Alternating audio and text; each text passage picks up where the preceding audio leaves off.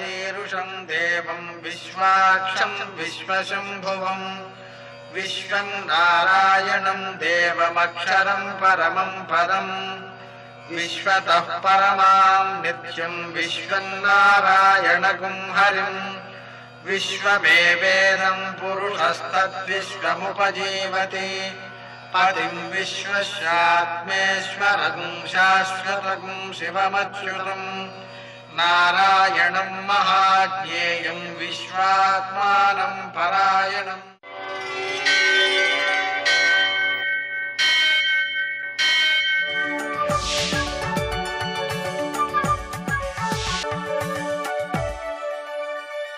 सूर्यशौर्यमथेन्दुरिन्द्रपदवी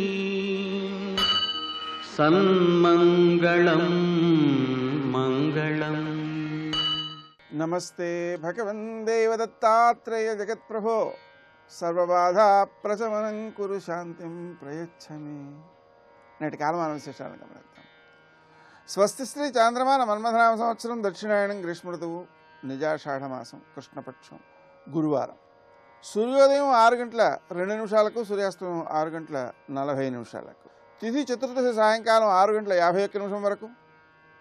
నక్షత్రం పుష్యమి రాత్రి 11:14 వరకు.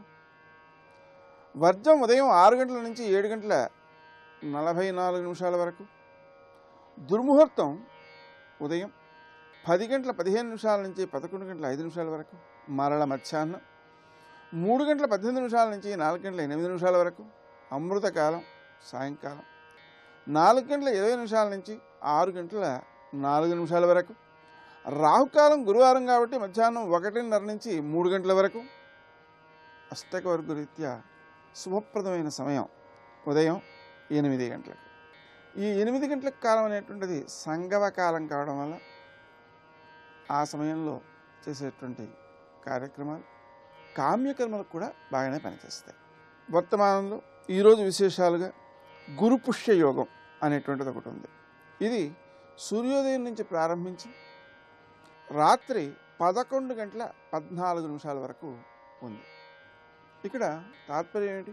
గురువారము పుష్యమి నక్షత్రము ఈ రెండింటి యొక్క సమ్మేళనం అన్నమాట. గురువు గారు బృహస్పతి, దేవతలకు గురువు, సలహాలు ఇచ్చేవాడు. బుద్ధిని బృహస్పతి అని, బుద్ధి కుశలుడు. గురువారం కూడా బృహస్పతికి సంబంధించినది. పుష్యమి నక్షత్రానికి దేవత గురుడు, అలాగే గురువారానికి అధిపతి గురుడు. ఒక వారానికి ఒక నక్షత్రానికి కూడా ఒకే గురువు అధిపతి కావడం వల్ల మనకు గురు సంబంధమైన కార్యక్రమాలన్నీ కూడా చాలా మేలు చేసేవిగా ఉంటాయి. అంటే గురు జపం చేసుకోవచ్చు, గురు చరిత్ర పారాయణ చేసుకోవచ్చు, గురు స్తోత్రం చేసుకోవచ్చు, అలాగే గురువుకి సంబంధించినటువంటి శనగలు మొదలైనటువంటి దత్తాత్రేయుని యొక్క ఆలయంలో నివేదన చేసే ప్రసాదంగా పంచవచ్చు. ఇవన్నీ కూడా మనకు గురుదోషాలను నివారిస్తాయి. అంతేకాదు ఈ గురు పుష్యయోగం అనేటువంటిది ఆలోచన సంబంధమైన అలాగే ఉపాసనా సంబంధమైన కార్యక్రమాలన్నిటికీ కూడా పరమ పవిత్రమైన రోజు. కారణం, మనం ఎంతసేపు భగవన్నామం చేశాము అన్నదానిలో ఎంత ఏకాగ్రతతో చేశాము అనేటువంటిది చాలా ముఖ్యమైనది.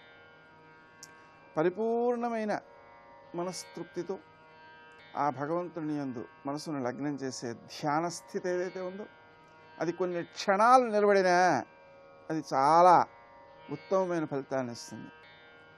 అటువంటి ఏకాగ్రతకు బృహస్పతి ముఖ్యం కాబట్టి ఉపాసకులు ఈ రోజును చాలా పవిత్రమైనదిగాను, ఏకాగ్రతకు చేసేటువంటి కార్యసాధనకు కావలసినటువంటి జపాధికానికి కూడా ఇది చాలా ముఖ్యమైనదిగాను, మంత్రసిద్ధికి బాగా ఉపకరించేదిగాను భావన చేస్తూ ఉంటారు.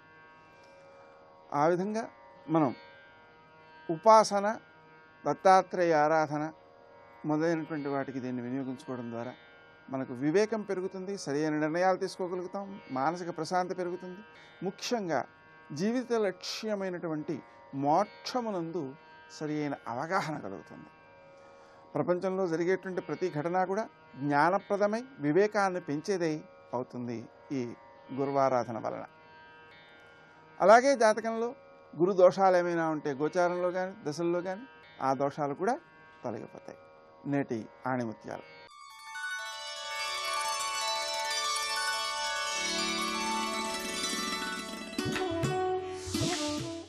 అంతరాత్మ ఎల్లప్పుడూ దేదీప్యమానంగా ప్రకాశిస్తోంది. ఈ విషయం మరచిన మానవులు ఈ శరీరాన్ని చూస్తూ నేను అంటున్నారు. బలహీనతలన్నింటికి ఇదే మూలం.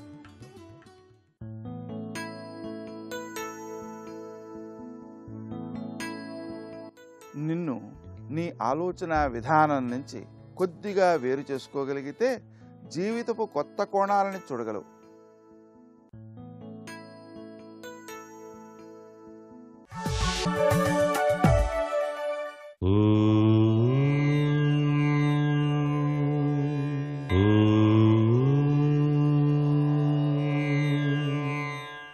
ఓం నమో నారాయణాయ. ఓం నమ శివాయ. శ్రీమాత్రే నమ. ప్రతినిత్యం కూడాను ప్రతి ఇంట్లోనూ ఆచరించేటువంటి విధి విధానంలో దీపంజ్యోతి పరబ్రహ్మం అనేటువంటి తత్వచింతన రీత్యా దీపారాధన చేసే సంప్రదాయం ఉంది.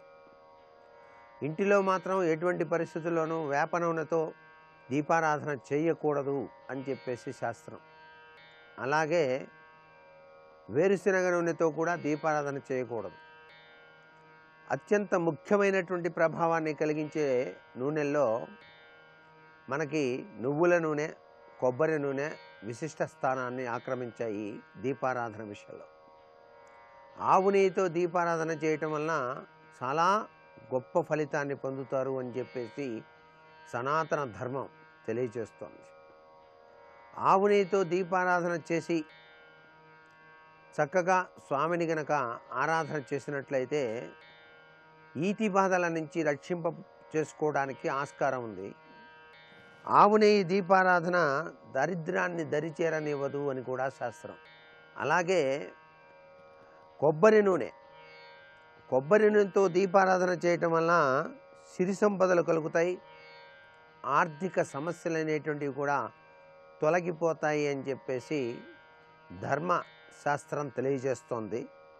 రావి చెట్టు నీడలోని నాగదేవత విగ్రహం వద్ద దీపారాధన చేసినట్లయితే కుజదోష నివారణం కలిగి తీరుతాయి అని కూడా శాస్త్రాల్లో చెప్పారు.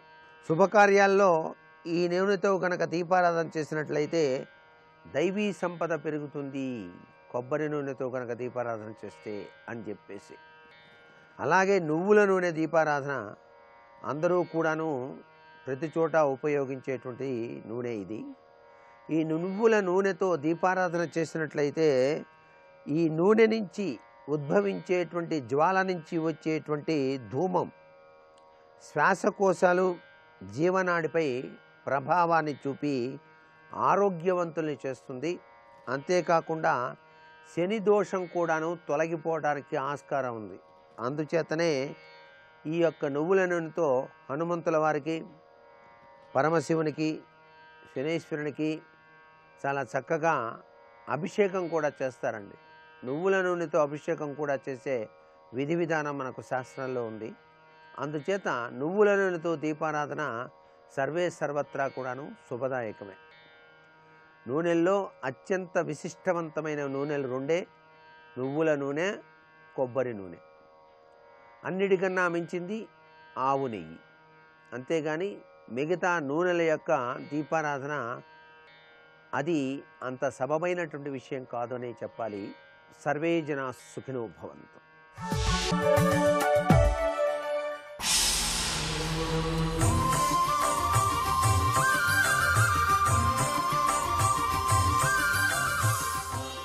శతక సాహితీ సరస్వతికి నమస్కారం.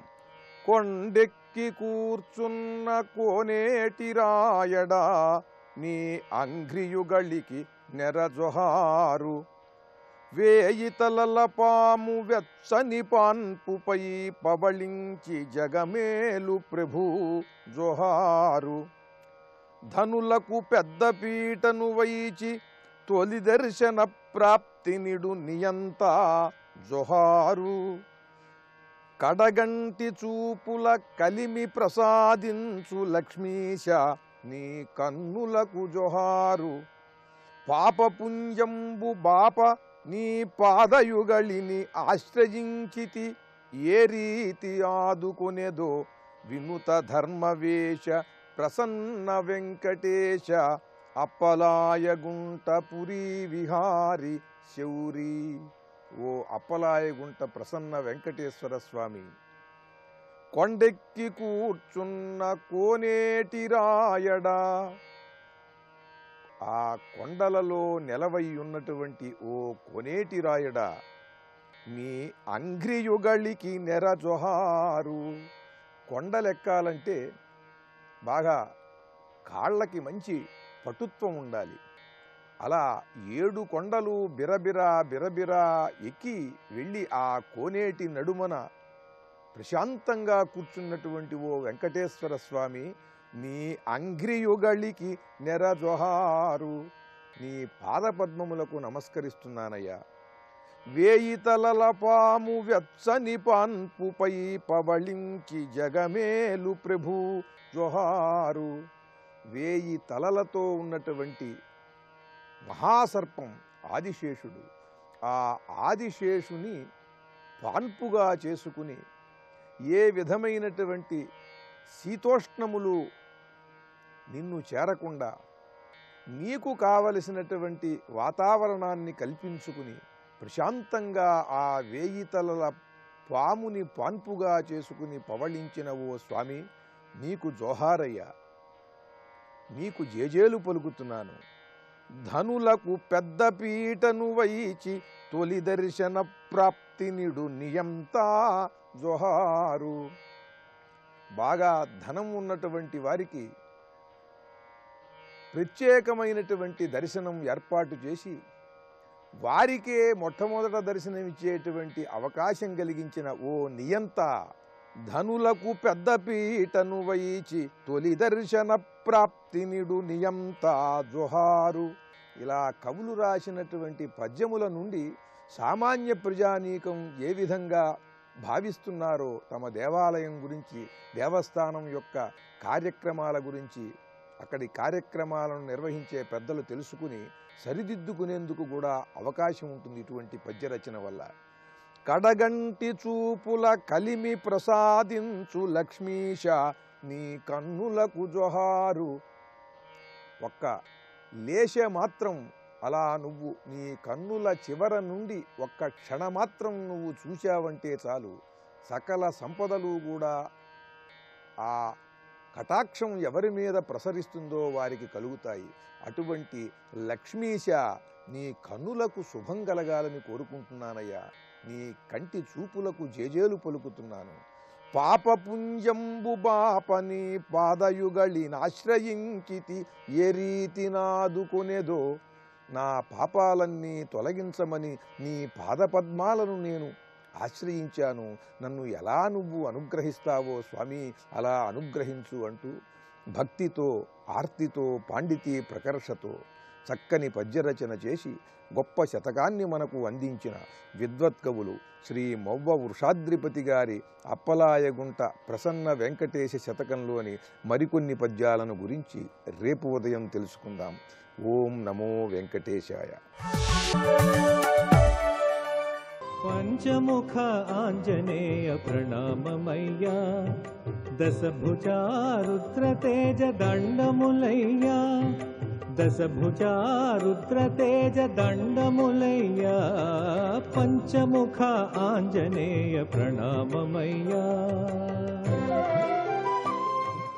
ఉద్యదాదిత్య సంకాశముదార భుజ విక్రమం కందర్పకోటి లావణ్యం సర్వ విద్యా విశారదం శ్రీరామ హృదయానందం భక్త కల్పమహీరుహం అభయం వరదం దుర్భ్యాం కలయే మారుతాత్మజం.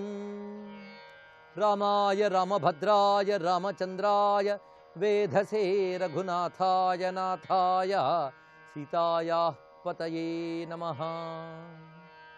శివాయ గురవే నమః. శ్రీమాత్రే నమః. శ్రీ విష్ణురూపాయ నమః శివాయ. శ్రీరామ జయ రామ జయ జయ రామ. రామదూతగా వచ్చినటువంటి ఆంజనేయ స్వామి వారు అశోక వనాన్ని ధ్వంసం చేయాలి అని సంకల్పించుకున్నాడు. అది కూడా తన యొక్క రామకార్య నిర్వహణలో ప్రధాన భాగంగా భావించాడు. ఇక్కడ స్వామి యొక్క రుద్రతేజాన్ని సంభావించుకుంటూ ఉన్నాం. పైగా హనుమంతుడే రుద్రుడు, రుద్రుడే హనుమంతుడు అనే విషయం మనకి అనేక పురాణముల యందు చెప్పబడుతున్నది. వాల్మీకి రామాయణంలో ధ్వనిప్రాయంగా చెప్పబడింది. అంతేకాదు స్పష్టంగా నేరుగా రామచరితమానసులో కానీ, హనుమాన్ చాలీసలో కానీ మొదలైనటువంటి గ్రంథాల్లో తులసీదాసు లాంటి వాళ్ళు తెలియజేశారు. అయితే ప్రత్యేకంగా మరికొన్ని గ్రంథాల్లో ఆనంద రామాయణంలో అయితే ఈ హనుమంతుడు ఏ విధంగా వచ్చాడు అనేటువంటి విషయాన్ని చాలా అద్భుతంగా ప్రస్తావన చేశారు. పురా త్రిపుర సంహారే స్వభానత్వం ఉపేయిషే విష్ణవే రామరూపాయ కరిష్యన్ ప్రత్యుపక్రియాం అఖిలై ప్రమథై శంభు హనుమద్రూపమాయయౌ తథా ప్రత్యుపకారం సహా విధాయాతి కృతజ్ఞత. త్రిపురాసుర సంహారం చేసేటప్పుడు పరమేశ్వరుడు మేరు పర్వతాన్ని విల్లుగా తీసుకున్నాడు. నారాయణుడు బాణంగా మారి త్రిపురాసుర సంహారంలో సహాయపడ్డాట. దానితో శివునికి నారాయణుడిపై మరొక ప్రత్యేకమైన ప్రీతి కలిగింది. నిరంతరం ప్రీతి ఉంటుంది. విష్ణువల్లభాయ నమః అని శివనామం. అలాంటి విష్ణువల్లభుడైన శివునికి తనకి త్రిపురాసుర సంహారంలో సహకరించాడు కదా నారాయణుడు బాణమై అని నిర్ణయించుకుని, ఈయనకు కూడా నేను సహకరించాలి, నేను అసుర సంహారం చేసేటప్పుడు ఈయన బాణమై సహకరించాడు కనుక ఈయన అసుర సంహారం చేసేటప్పుడు నేను ఈయనకు సహకరిస్తాను అని సంకల్పించుకుని ఆ శివుడు నారాయణుడు రామావతారం ధరించినప్పుడు హనుమంతుడిగా అవతరించాడు అనే విషయాన్ని చెప్పింది ఆ దివ్యమైన ఆనందరామాయణం. అది కూడా ఋషిప్రోక్తమైనది. ఇందులో మనకి రుద్రావతార సంజ్ఞే వాయుపుత్ర ప్రతాపవాన్ అని స్పష్టంగా నేరుగా చెప్పారు. అలాగే హనుమత్ సహస్రనామాల్లో స సర్వరూప సర్వజ్ఞ సృష్టిస్థితి కరోవతు స్వయం బ్రహ్మ స్వయం విష్ణు సాక్షాత్ దేవో మహేశ్వర. ఈయన రుద్రస్వరూపుడు మాత్రమే కాకుండా బ్రహ్మ విష్ణు శివాత్మకుడు అని భావించడం కూడా హనుమద్ ఉపాసనా సంబంధమైన అన్ని గ్రంథాల్లో కూడా కనబడుతున్నది. పైగా ఈయన యందు ఉభయ తేజములు ఉన్నాయని మరికొన్ని శాస్త్రముల యందు చూపిస్తున్నారు. సంప్రాప్త పవనాత్మజ పటుమహ శ్రీకంఠ వైకుంఠయోహో. శ్రీకంఠ వైకుంఠ, శ్రీకంఠుడు అంటే శివుడు, వైకుంఠుడు అంటే విష్ణువు. ఈ ఉభయుల యొక్క తేజస్సు హనుమంతుల్లో ఉన్నదట. అందుకే ఆ రామనామాన్ని లిఖించబడినటువంటి ఉంగరం ఇవ్వడంతోనే రామతేజం హనుమంతుల్లో ప్రవేశించింది అని చెప్తారు. ఈ విధంగా ఒకవైపు విష్ణుతేజము మరొక శివతేజము రెండు ఆయనలో ఉన్నాయి. ఇది హనుమంతుడిని సర్వదేవతాత్మకుడిగా ఉపాసించేటువంటి భక్తుల హృదయం తెలుసుకోవలసిన గొప్ప విషయం. శివయేవ హరిసాక్షాత్ హరిరేవ శివస్మృత ఉభయోరంతరన్నాస్తి భేదకృత్ పాపమశ్నుతే. ఇది ఆనందరామాయణంలోని మాట. హనుమంతుని యొక్క ప్రస్తావన చేస్తూ చెప్తున్నారు. శివయేవ హరిసాక్షాత్, శివుడే విష్ణువు, హరిరేవ శివస్మృత, హరియే శివుడు. వీరు ఉభయాల మధ్య ఎవరైతే భేదాన్ని చూపిస్తారో వారి పాపాన్ని పొందుతారు. అనేక పురాణాలు చెప్పినట్లే ఆనందరామాయణం కూడా చెప్తున్నది. విజ్ఞాత మనోర్యత్తు రూపం తదుభయాత్మకం ఉపాస్య హనుమత్ సంజ్ఞం భోగమోక్షప్రదం నృణాం. ఇది ఆనందరామాయణం చెప్తున్న విషయం. ఆనందరామాయణం రాముణ్ణే పరబ్రహ్మగా చెప్పినటువంటి రామాయణం. అలాంటి రామాయణంలో కూడా ఈ అంశాన్ని ఇక్కడ చూపిస్తున్నారు. హరిహరాత్మకమైనటువంటి ఆంజనేయ స్వామి వారిని ఎవరు ఉపాసన చేస్తారో వారికి భోగమోక్షప్రదం, భోగము మోక్షము రెండూ లభిస్తాయని శాస్త్రం చెప్పినటువంటి మాట. ఇంత ప్రస్తావన ఎందుకు చెప్పుకుంటున్నామంటే ఇప్పుడు ఆంజనేయ స్వామి వారి యొక్క ప్రతాపమూర్తి యొక్క విజృంభణాన్ని మనం చూడబోతున్నాం గనక ఈ ఘట్టంలో ఈ విషయమైనటువంటి రుద్రస్వరూపాన్ని సంభావించి ఒక ఆరాధనా ప్రక్రియగా మనం ఆంజనేయ స్వామిని దర్శించబోతున్నాం. సా విహ్వలా శోకలతా ప్రతాన వనస్థలీ శోకలతా ప్రతాన జాతా దశాస్య ప్రమదావనస్య కపిర్బలాబ్ధి ప్రమదావనస్య. ఇక్కడ రావణాసురునికి అతని భార్యలకి ఆనందం కలిగించే వనం ఇది. అందుకే ప్రమదావనం. ప్రమద అంటే స్త్రీ అని ఒక అర్థం ఉన్నది. ఈ వనం కూడా ప్రమదావనం. వారికి ఆనందం కలిగించేటువంటి ఈ ప్రమదావనాన్ని అశోకలతలతో ఉన్నటువంటిది. ఇంతవరకు అది అశోకవనం, ఇప్పుడు ఇంకా శోకవనం కాబోతుందిట ఈయన చేస్తున్నటువంటి మహాకార్యం చేత. ఈ విధంగా ఆంజనేయ స్వామి విజృంభించి అశోకవనాన్ని శోకవనంగా మార్చివేశారు. ఇది ఇంత చేశారు కానీ సీతమ్మ ఉన్నటువంటి ఆ 1000 స్తంభాల మండపాన్ని కానీ అక్కడున్న వృక్షాలని మాత్రం ఏమీ నశింపజేయలేదు ఆయన. మొత్తం అంత పని చేసి అక్కడ ఉన్నటువంటి ఒక తోరణంపై వెళ్ళి కూర్చున్నట్ట. శ్రియాద్వలం స్తోరణమాస్థిత కపి. తోరణము అంటే ముఖద్వారము అని అర్థం. ఆ ముఖద్వారంపై వెళ్ళి కూర్చున్నాడు. తన రూపాన్ని పెంచాడు ఇక్కడ ఆంజనేయ స్వామి. సూక్ష్మ రూపధరి సిహ దిఖావా వికట రూపధరి లంక జరావా భీమ రూపధరి అసర సంహారే రామచంద్రకే కాజ సవారి. రామచంద్రుని యొక్క కార్యాన్ని చక్కబెట్టడంలో సౌమ్య రూపంతో సీతమ్మను చూశాడు. ఇప్పుడు భీమ రూపంతో అసుర సంహారానికి సిద్ధమయ్యాడు. ఆడ తర్వాత వికట రూపంతో లంకని దహింపజేస్తాడు. తర్వాత రూపం మొత్తానికి ఈ 3 రకాల రూపం కూడా రామచంద్రికే కాదు సవారే అన్నారు తులసీదాస్. రామచంద్రుని కార్యం చక్కబెట్టడం కోసం చేస్తున్నటువంటి పని. ఈ విధంగా ఎప్పుడైతే ఆ తోరణం మీద కూర్చున్నాడో వెంటనే అక్కడ ఉన్నటువంటి రాక్షస కాంతలందరూ కూడాను నిద్రలు లేచారు. ఆయన చేస్తున్న హడావిడికి, చెట్లు విరుగుతున్న చప్పుళ్ళకి, అక్కడున్న భవనాలు కూలుతున్న ధ్వనులకి వాళ్ళందరూ కూడా లేచి కూర్చుని భయచకితులై ఒక చోట గుంపుగా వచ్చేసేట. నెమ్మదిగా సీత దగ్గరకు వచ్చారు. అక్కడికి దూరం నుంచి కనబడుతున్నాడు ఆంజనేయ స్వామి తోరణం మీద. ఆ సీత వద్దకు వచ్చి అంటున్నారు, ఎవడా వానరుడు? నీకు బాగా తెలిసే ఉండాలి. ఎందుకంటే ఇందాక మేము నిద్దట్లో ఉండగా నీతో అతను మాట్లాడుతుండడం మాకు మగతలో కాస్త తెలిసింది కనుక నీతో మాట్లాడి తర్వాత ఈ పని చేశాడు గనక నీకు తెలిసిన వాడై ఉంటాడు. ఎవరు వాడు చెప్పు అని అడిగేట సీతమ్మని. ఆ సీతమ్మ నవ్వుని లోపల దాచిపెట్టుకుని ఆమె అంటున్నది, మీకు తెలియాలి అండి మాయ పనులు ఎవరు చేయగలరో నాకేం తెలుస్తాయి అన్నది. ఎందుకంటే ఈ మాయ పనులు చేసి భయంకరంగా మొత్తం హింస చేయడం ఇవన్నీ కూడాను రాక్షసులకు తెలిసినటువంటి పనులు. యూయమేవ అభిజానీత యోయం యద్వా కరిష్యతి అహిరేవ హ్యహేయ పాదాన్ విజానాతి న సంశయ. పాము పాదాలు ఎలా ఉంటాయో పాములకే తెలుస్తుంది. ఈ బలపరాక్రమాలు చేసే మాయలు ఎలా ఉంటాయో మాయావులకే తెలుస్తుంది. మీకే తెలియదు, నాకేం తెలిసింది.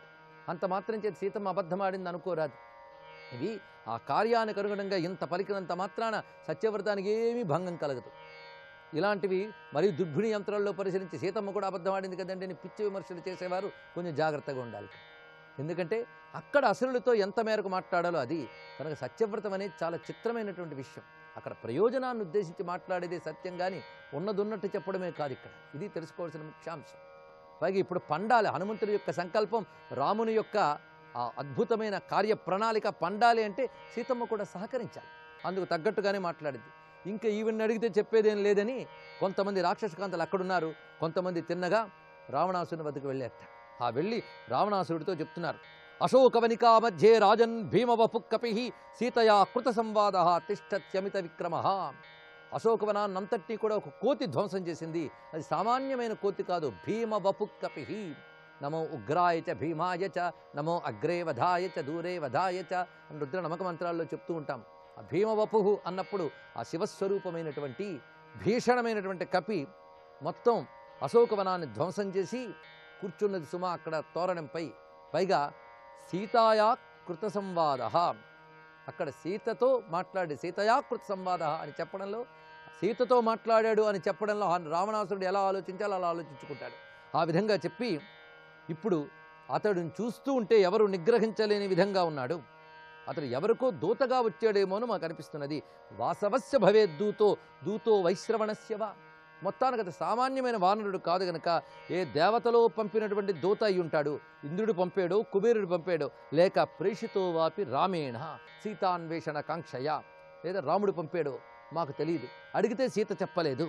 జానకీ రక్షణార్థం వా. అయితే మాకు గట్టిగా అనిపిస్తున్నది ఏంటంటే సీతాదేవిని రక్షించడానికే వచ్చున్నాడు అనిపిస్తుంది. ఎందుకంటే ఎక్కడ సీత కూర్చుందో ఆ సీతమ్మ ఉన్న చోటుని మాత్రం ధ్వంసం చేయలేదు ఆయన.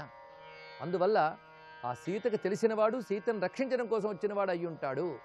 ఎలా విడిచిపెట్టాడంటే ఆ సీతమ్మ ఉన్న చోటు మిగిలినంతా ధ్వంసం చేశాడు, ఆ చోటు మాత్రం విడిచిపెట్టాట. ఇక్కడ విశ్వనాథ్ వారు చాలా చక్కటి మాట చెప్పారు. ప్రళయకాలంలో సర్వభూమి నశించిపోతుందిట, కానీ కాశీక్షేత్రం మాత్రం నశించకుండా రక్షింపబడుతుంది. అదొక్కటి. అన్నపూర్ణా నిలయమైన కాశీక్షేత్రం ప్రళయకాలంలో నశించకుండా ఎలా ఉంటుందో, సమస్త భువనములు నశించిపోయినా అదేవిధంగా అశోకవనమంతా నశించిపోయినప్పటికీ కూడా సీతమ్మ ఉన్న చోటు అన్నపూర్ణ నివాసమైన వారణాసి వలె ఉన్నది అనేటువంటి మాటను చూపించడంలో మన పురాణాంశమన్ని స్పృశిస్తూనే ఆ పరాశక్తి, ఆ దివ్యమైనటువంటి స్థలం స్మరించడం జరిగినది. ఈ విధంగా వాళ్ళు ఎప్పుడైతే చెప్పారో వెంటనే మహాకోపం వచ్చింది రావణాసుడికి. హుతాగ్నిరివ జజ్వాల కోప సంవర్తితే క్షణ. ఒక అగ్నివలే మండిపోయేట, కళ్ళు ఎర్రబడ్డాయి. ఆ ఎర్రబడ్డిన కళ్ళల్లోంచి ఆ క్రోధం వల్ల కన్నీరు వచ్చింది. ఆ ఉద్రేకం వల్ల కన్నీరు వచ్చింది. ఆ నీరు ఎలా ఉన్నది అంటే వర్ణిస్తున్నారు. దీప్తాభ్యామివ దీపాభ్యాం సార్చిష స్నేహ బిందవ. ఒక్కొక్కసారి మనం ఒత్తి వెలిగించినప్పుడు ఆ జ్యోతి రగులుకుంటూనే కిందకు నూనె చుక్కలు పడతాయి. అలాగా జ్యోతి రగులుకోగానే నూనె చుక్క పడ్డట్టుగా ఆ ఎర్రని కన్నుల్లోంచి నీళ్లు వచ్చాయి క్రోధంతో అని వర్ణిస్తున్నాడు వాల్మీకి. వాల్మీకి యొక్క కవిత్వ వైఖరి చూడండి ఎంత గొప్పగా ఉన్నది. ఎందుకంటే అది నీటి చుక్కలు కాదు, నూనె చుక్కల్లా పడిందిట. ఎందుకంటే కళ్ళు జ్వాలల్లా ఉన్నాయి. అంత కోపంగా చూసి వెంటనే ఆ మానవుని సంహరించడానికై తనతో సమానమైన బలము కలిగినటువంటి కింకరులు అనబడే రాక్షసుని పిలిచేట. రాక్షసుల యొక్క గుంపులో వీరొక తెగ. ఆ కింకరులు అనబడే రాక్షసులను మొత్తం 80,000 మందిని పిలిపించి వీళ్ళందరినీ హనుమంతుడిపైకి దాడికి పంపించాడు రావణాసురుడు. ఆ ఆంజనేయ స్వామి వారికి నమస్కరిస్తూ సర్వం సీతారామచంద్ర చరణారవిందార్పణమస్తు. జై వీర హనుమాన్.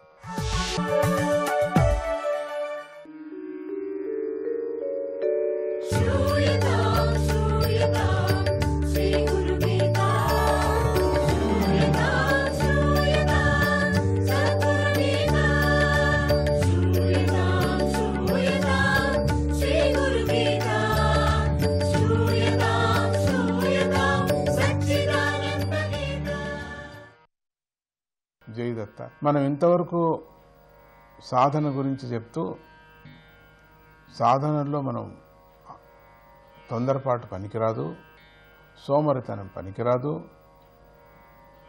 దాన్ని ఓర్పుతో చేయాలా అని ఇంతవరకు మనం చెప్పుకున్నాం కదా. ఆసక్తితో పాటు నిరంతరమైన కృషి, ఓర్పు ఉన్నప్పుడు మాత్రమే సాధకుడు తను అనుకున్నది సాధించగలుగుతాడయ్యా, లేకపోతే సాధించలేడు. ఓర్పు చాలా ముఖ్యం, నిబ్బరం. ఆ ఓర్పే లేదు, తొందరగా ముగించాలా, పని ఎంత చెడిపోతుంది. అలాంటి వాడు సాధనలోనే ఆనందాన్ని పొందుతూ ఉంటాడు. అటువంటి వాడు సాధన అనేటువంటిది ఇంకా నాకేం ముక్తి కూడా అక్కర్లేదు, నేను ఇదే పని ఇట్లనే చేస్తూ ఉండాలి ఒకటిగా, దీని అయిన తర్వాత ఇంకోటి ఇట్లా చేసుకొని ఆనందాన్ని పొందుతూ ఉంటాడు. ఎప్పుడు ఆ పని పూర్తి అయిన తర్వాత తనకే ఇది బాగుంది అనిపించటం, లేక ఇంకొకరు దాన్ని మెచ్చుకొని బాగుంది అనిపిస్తే ఎంత ఆనందపడతారు. చాలామంది ఇళ్లలో అమ్మ వంట చేస్తుంది, 10 మంది భోజనానికి కూర్చున్నప్పుడు అమ్మ ఎంత బాగుంది అనే ఒక్క మాట అంటే ఇక అమ్మ ఎక్కడో ఉంటుంది, తాను తినదు కూడా, దానికన్నా ఇంకా మంచి ట్యూన్ చేసి ఇంకా బాగా వండాలంటూ ఉంటుంది. అట్లనే మన మనస్సుకు కూడా అదే విధంగా అవుతూ ఉంటుంది. ఒక పని సాధించిన తర్వాత అది సక్సెస్ అయిపోయి చాలా బాగుంది అని నీకు అనిపించినప్పుడు, నీ పక్క వాళ్ళు ఎవరికైనా అనిపించినప్పుడు, లేక నీ యజమానికి అనిపించి పొగిడినప్పుడు ఇక స్వర్గం లాగా ఉంటుంది మనస్సు. అంటే నేను చేసిన పని సార్థకమైంది అనేటువంటిది ఉంటుంది. అందుకని అలాంటి వాడు సాధనలోనే ఆనందాన్ని పొందుతూ ఉంటాడు. తనకు తానే ఏకాగ్రతతో ఓర్పుతో చేసేటువంటి వాడు. లక్ష్య సాధనకు కొన్ని కిటుకులు కూడా తెలుసుకోవాలి. అంటే గురి చేరటానికి కొన్ని కిటుకులు లేకపోతే ఎట్లా అవుతుంది? మనం ఒకే నేరుగా ముక్కు నేరుగా పోకూడదు, కొంచెం కిటుకులు తెలుసుకోవాలి. అప్పుడు వాడు దేనిలో అయినా విజయం సాధిస్తాడు. ఆ కిటుకులు తెలుసుకొని దాన్ని ఎవరైనా ఆ పని సాధించిన వాళ్ళకు ఖండితం విజయం అవుతుంది. అంటే ఇక్కడ ఒకటికి కత్తి యుద్ధం నేర్చుకోవాలనిపించింది, గురువు గారిని కలిశాడు.